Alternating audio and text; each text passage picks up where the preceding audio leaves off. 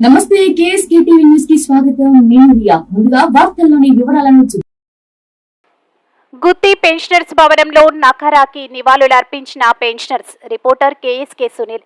అనంతపురం జిల్లా గుత్తి పట్టణంలోని పెన్షనర్స్ భవనం నందు సోమవారం పెన్షనర్స్ నాయకులు సెక్రటరీ రామ్మోహన్, అదనపు కార్యదర్శి జెన్నే కుల్లాయి బాబు ఆధ్వర్యంలో పెన్షనర్స్ ఆశా జ్యోతి నఖార 15వ వర్ధంతి కార్యక్రమాన్ని నిర్వహించారు. ముందుగా నఖార చిత్రపటానికి అదనపు కార్యదర్శి జెన్నే కుల్లాయి బాబు పూలమాలలు వేసి నివాళులర్పించారు. అనంతరం అదనపు కార్యదర్శి జెన్నే కుల్లాయి బాబు శేక్షావళి మాట్లాడుతూ డిఎస్ నఖార, డి అనగా దరం, ఎస్ అనగా స్వరూప్ అని అంటారు. ఈయన వర్ధంతి జూలై 29న కేంద్ర రాష్ట్ర ప్రభుత్వాలు జరుపుకుంటారు. కేంద్ర రాష్ట్ర ప్రభుత్వాలు అందరూ సకాలంలో పెన్షన్స్ పొందుతూ జీవనం గడుపుతున్నారు. అంటే దరం స్వరూప్ చేసిన కృషి, సాగించిన పోరాటం చిరస్మరణీయం. మన దేశంలో పెన్షన్ పొందుతున్న పెన్షనర్స్ కి ఆయన చిరస్మరణీయుడు. డిఎస్ నఖార 1914 ఏప్రిల్ 8వ తేదీన బొంబాయిలో జన్మించి అలహాబాద్ డిగ్రీ కళాశాలలో ఇంగ్లీష్లో లిటరేచర్లో బంగారు పథకం అందుకున్నారు. ఈయన 1937 నుండి సివిల్ పరీక్షలో విజయుడై డిఫెన్స్ అకౌంట్లో ప్రవేశించడంతో ఆయన ఉద్యోగ జీవితం ప్రారంభమైంది.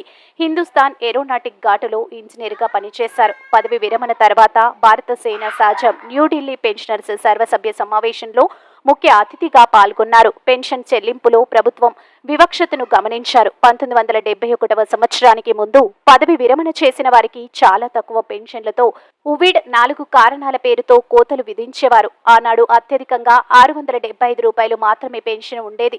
ఆపాటి కొద్ది పెన్షన్తో కుటుంబ జీవనం గడపడం చాలా కష్టమైంది. కేంద్ర ప్రభుత్వం సరళీకృత పెన్షన్ లభించే ఆర్థిక ఇతర సౌలభ్యంతో 1979వ సంవత్సరం మార్చి 31 నాటికి సర్వీస్లో ఉన్న వారికి వర్తిస్తుందని, అంతకు పూర్వం పదవి విరమణ చేసిన వారికి వర్తించవని 1979 మే 25 నాడు కేంద్ర ప్రభుత్వం ఉత్తర్వులు జారీ చేసింది. ఈ ఉత్తర్వులు పెన్షన్దారులను కుంగదీశాయి. స్వయంగా పెన్షన్ బాధితుడైన డిఎస్ నఖార మరికొంతమంది పెన్షన్ బాధితులను దేశ అత్యున్నత న్యాయస్థానమైన సుప్రీంకోర్టులో రాజ్యాంగంలో ఆర్టికల్ 32 కింద కేసు నంబర్ 5941/1980లో రెడ్ పిటిషన్ దాఖలు చేశారు.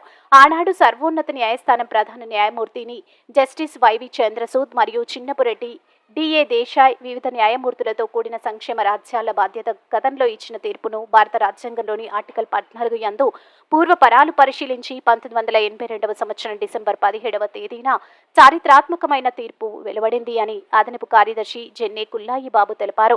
ఈ కార్యక్రమంలో సెక్రటరీ రామ్మోహన్, కుల్లాయి బాబు, నారాయణ రెడ్డి, చెన్నారెడ్డి, శేక్షావళి, గోవిందప్ప, నారాయణ శెట్టి, వెంకట నారాయణ తదితరులు పాల్గొన్నారు.